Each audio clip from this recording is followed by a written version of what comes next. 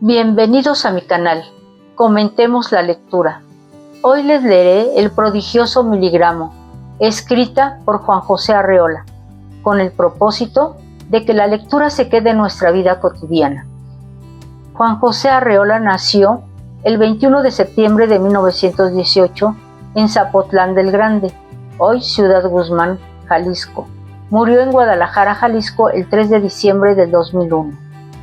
¿Sabes qué es un miligramo? En este caso es un objeto que pesa precisamente 1 miligramo y de alguna manera llama la atención de las hormigas y mueve la estabilidad de ese hormiguero. El prodigioso miligramo. Una hormiga censurada por la sutileza de sus cargas y por sus frecuentes distracciones, encontró una mañana, al desviarse nuevamente del camino, un prodigioso miligramo. Sin detenerse a meditar en las consecuencias del hallazgo, cogió el miligramo y se lo puso en la espalda. Comprobó con alegría una carga justa para ella. El peso ideal de aquel objeto daba a su cuerpo extraña energía, como el peso de las alas en el cuerpo de los pájaros. En realidad, una de las causas que anticipan la muerte de las hormigas es la ambiciosa desconsideración de sus propias fuerzas. Después de entregar en el depósito de cereales un grano de maíz, la hormiga, que la ha conducido a través de 1 kilómetro, apenas tiene fuerzas para arrastrar al cementerio su propio cadáver. La hormiga del hallazgo ignoraba su fortuna, pero sus pasos demostraron la prisa ansiosa del que huye llevando un tesoro. Un vago y saludable sentimiento de reivindicación comenzaba a henchir su espíritu. Después de un larguísimo rodeo, hecho con alegre propósito, se unió al hilo de sus compañeras que regresaban todas al caer la tarde, con la carga solicitada ese día. Pequeños fragmentos de hoja de lechuga cuidadosamente recortados. El camino de las hormigas formaba una delgada y confusa crestería de diminuto verdor. Los funcionarios del orden público son las personas menos aptas para resolver cuestiones de prodigios y de miligramos. Ante aquel caso imprevisto por el Código Penal, procedieron con apego a las ordenanzas comunes y corrientes, confiscando el miligramo con hormiga y todo. Como los antecedentes de la acusada eran pésimos, se juzgó que un proceso era de trámite legal y las autoridades competentes se hicieron cargo del asunto.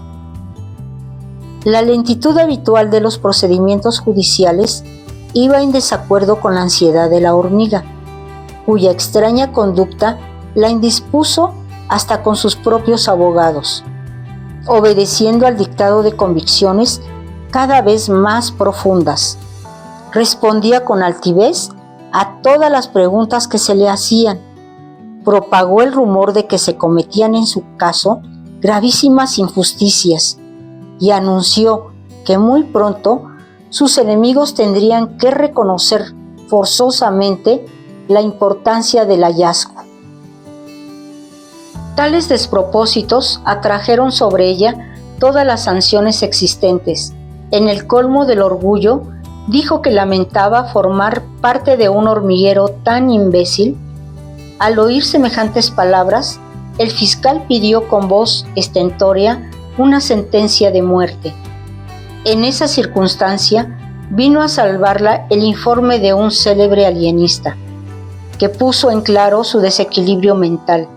Por las noches, en vez de dormir, la prisionera se ponía a darle vueltas a su miligramo, lo pulía cuidadosamente y pasaba largas horas en una especie de éxtasis contemplativo. Durante el día lo llevaba a cuestas de un lado a otro, en el estrecho y oscuro calabozo. Se acercó al fin de su vida, presa de terrible agitación, tanto que la enfermera de guardia pidió 3 veces que se le cambiara de celda. La celda era cada vez más grande, pero la agitación de la hormiga aumentaba con el espacio disponible. No hizo el menor caso a las curiosas que iban a contemplar, en número creciente, el espectáculo de su desordenada agonía. Dejó de comer, se negó a recibir a los periodistas y guardó un mutismo absoluto. Las autoridades superiores decidieron finalmente trasladar a un sanatorio a la hormiga enloquecida, pero las decisiones oficiales adolecen siempre de lentitud. Un día, al amanecer, la carcelera halló quieta la celda y llena de un extraño resplandor. El prodigioso miligramo brillaba en el suelo, como un diamante inflamado de luz propia. Cerca de él yacía la hormiga heroica, patas arriba, consumida y transparente. La noticia de su muerte y la virtud prodigiosa del miligramo se derramaron como inundación por todas las galerías. Caravanas de visitantes recorrían la celda, improvisada en capilla ardiente. Las hormigas se daban contra el suelo en su desesperación. De sus ojos, deslumbrados por la visión del miligramo, corrían lágrimas en tal abundancia que la organización de los funerales se vio complicada con un problema de drenaje. A falta de ofrendas florales suficientes, las hormigas saqueaban los depósitos para cubrir el cadáver de la víctima con pirámides de alimentos.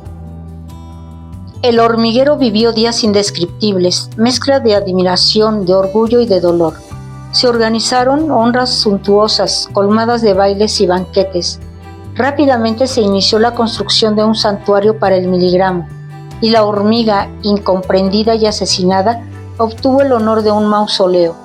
Las autoridades fueron depuestas y acusadas de inepcia. A duras penas logró funcionar poco después un consejo de ancianas que puso término a la prolongada etapa de orgiásticos honores. La vida volvió a su curso normal gracias a innumerables fusilamientos. Las ancianas más sagaces derivaron entonces la corriente de admiración devota que despertó el miligramo a una forma cada vez más rígida de religión oficial. Se nombraron guardianas y oficiantes. En torno al santuario fue surgiendo un círculo de grandes edificios y una extensa burocracia comenzó a ocuparlos en rigurosa jerarquía. La capacidad del floreciente hormiguero se vio seriamente comprometida. Lo peor de todo fue que el desorden, expulsado de la superficie, prosperaba con vida inquietante y subterránea. Aparentemente, el hormiguero vivía tranquilo y compacto, dedicado al trabajo y al culto. Pese al gran número de funcionarias que se pasaban la vida desempeñando tareas cada vez menos estimables. Es imposible decir cuál hormiga albergó en su mente los primeros pensamientos funestos. Tal vez fueron muchas las que pensaron al mismo tiempo, cayendo en la tentación. En todo caso, se trataba de hormigas ambiciosas y ofuscadas, que consideraron blasfemas la humilde condición de la hormiga descubridora. Entrevieron la posibilidad de que todos los homenajes tributados a la gloriosa difunta les fueran discernidos a ellas en vida. Empezaron a tomar actitudes sospechosas, divagadas y melancólicas. Se extraviaban adrede del camino y volvían al hormiguero con las manos vacías. Contestaban a las inspectoras sin disimular su arrogancia. Frecuentemente se hacían pasar por enfermas y anunciaban para muy pronto un hallazgo sensacional. Y las propias autoridades no podían evitar que una de aquellas lunáticas llegara el día menos pensado con un prodigio sobre sus débiles espaldas. Las hormigas comprometidas obraban en secreto, y digámoslo así, por cuenta propia. De haber sido posible un interrogatorio general, las autoridades habrían llegado a la conclusión de que un 50% de las hormigas, en lugar de preocuparse por mezquinos cereales y frágiles hortalizas, tenía los ojos puestos en la incorruptible sustancia del miligramo. Un día ocurrió lo que debía ocurrir. Como si se hubieran puesto de acuerdo, 6 hormigas comunes y corrientes que parecían de las más normales llegaron al hormiguero con sendos objetos extraños que hicieron pasar. Ante la general expectación, por miligramos de prodigio. Naturalmente no obtuvieron los honores que esperaban, pero fueron exoneradas ese mismo día de todo servicio.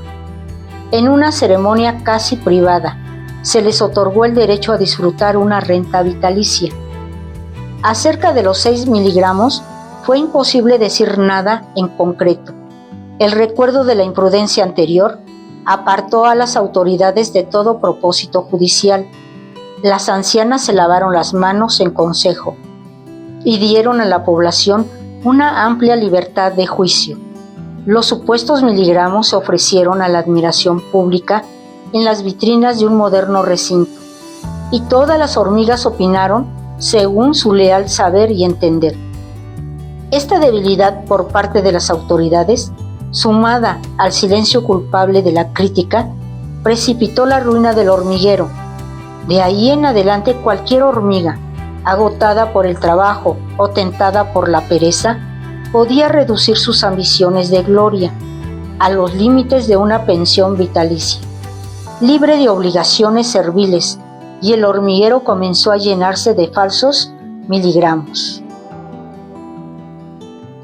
En vano algunas hormigas viejas y sensatas recomendaron medidas precautorias, tales como el uso de balanzas y la confrontación minuciosa de cada nuevo miligramo con el modelo original.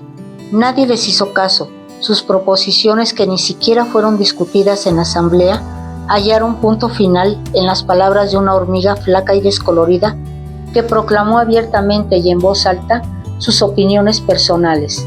Según la irreverente, el famoso miligramo original, por más prodigioso que fuera, no tenía por qué sentar un precedente de calidad. Lo prodigioso no debía ser impuesto en ningún caso como una condición forzosa a los nuevos miligramos encontrados. El poco de circunspección que les quedaba a las hormigas desapareció en un momento. En adelante las autoridades fueron incapaces de reducir o tasar la cuota de objetos que el hormiguero podía recibir diariamente bajo el título de miligramos. Se negó cualquier derecho de veto y ni siquiera lograron que cada hormiga cumpliera con sus obligaciones. Todas quisieron eludir su condición de trabajadoras mediante la búsqueda de miligramos. El depósito para esta clase de artículos llegó a ocupar las 2/3 partes del hormiguero, sin contar las colecciones particulares, algunas de ellas famosas por la valía de sus piezas. Respecto a los miligramos comunes y corrientes, descendió tanto su precio que en los días de mayor afluencia se podían obtener a cambio de una bicoca. No puede negarse que de cuando en cuando llegaban al hormiguero algunos ejemplares estimables, pero corrían la suerte de las peores bagatelas. Legiones de aficionadas se dedicaron a exaltar el mérito de los miligramos de más baja calidad, fomentando así un general desconcierto. En su desesperación de no hallar miligramos auténticos, muchas hormigas acarreaban verdaderas obscenidades e inmundicias. Galerías enteras fueron clausuradas por razones de salubridad. El ejemplo de una hormiga extravagante hallaba al día siguiente millares de imitadoras, a costa de grandes esfuerzos y empleando todas sus reservas de sentido común. Las ancianas del consejo seguían llamándose autoridades y hacían vagos ademanes de gobierno. Las burócratas y las responsables del culto, no contentas con su holgada situación, abandonaron el templo y las oficinas para echarse a la busca de miligramos, tratando de aumentar gajes y honores. La policía dejó prácticamente de existir y los motines y las revoluciones eran cotidianos. Bandas de asaltantes profesionales aguardaban en las cercanías del hormiguero para despojar a las afortunadas que volvían con un miligramo valioso. Coleccionistas resentidas denunciaban a sus rivales y promovían largos juicios, buscando la venganza del cateo y la expropiación. Las disputas dentro de las galerías degeneraban fácilmente en riñas y éstas en asesinatos. El índice de mortalidad alcanzó una cifra pavorosa. Los nacimientos disminuyeron de manera alarmante y las criaturas faltas de atención adecuada morían por centenares. El santuario que custodiaba el miligramo verdadero se convirtió en tumba olvidada. Las hormigas, ocupadas en la discusión de los hallazgos más escandalosos, ni siquiera acudían a visitarlo. De vez en cuando las devotas rezagadas llamaban la atención de las autoridades sobre su estado de ruina y de abandono. Lo más que se conseguía era un poco de limpieza. Media docena de irrespetuosas barrenderas daban unos cuantos escobazos, mientras decrépitas ancianas pronunciaban largos discursos y cubrían la tumba de la hormiga con deplorables ofrendas, hechas casi de puros desperdicios. Sepultado entre nubarrones de desorden, el prodigioso miligramo brillaba en el olvido. Llegó incluso a circular la especie escandalosa de que había sido robado por manos sacrílegas. Una copia de mala calidad suplantaba al miligramo auténtico, que pertenecía a la colección de una hormiga criminal, enriquecida en el comercio de miligramos. Rumores sin fundamento, pero nadie se inquietaba ni se conmovía. Nadie llevaba a cabo una investigación que le pusiera fin, y las ancianas del consejo, cada día más débiles y achacosas, se cruzaban de brazos ante el desastre inminente. El invierno se acercaba y la amenaza de muerte detuvo el delirio de las imprevisoras hormigas. Ante la crisis alimenticia, las autoridades decidieron ofrecer en venta un gran lote de miligramos a una comunidad vecina, compuesta de acaudaladas hormigas. Todo lo que consiguieron fue deshacerse de unas cuantas piezas de verdadero mérito, por un puñado de hortalizas y cereales, pero se les hizo una oferta de alimentos suficientes para todo el invierno a cambio del miligramo original. El hormiguero en bancarrota se aferró a su miligramo como a una tabla de salvación.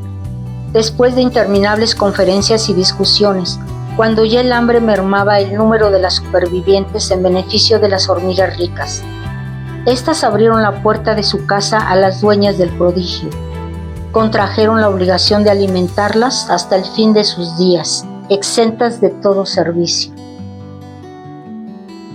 Al ocurrir la muerte de la última hormiga extranjera, el miligramo pasaría a ser propiedad de las compradoras. Hay que decir lo que ocurrió poco después en el nuevo hormiguero. Las huéspedes difundieron allí el germen de su contagiosa idolatría.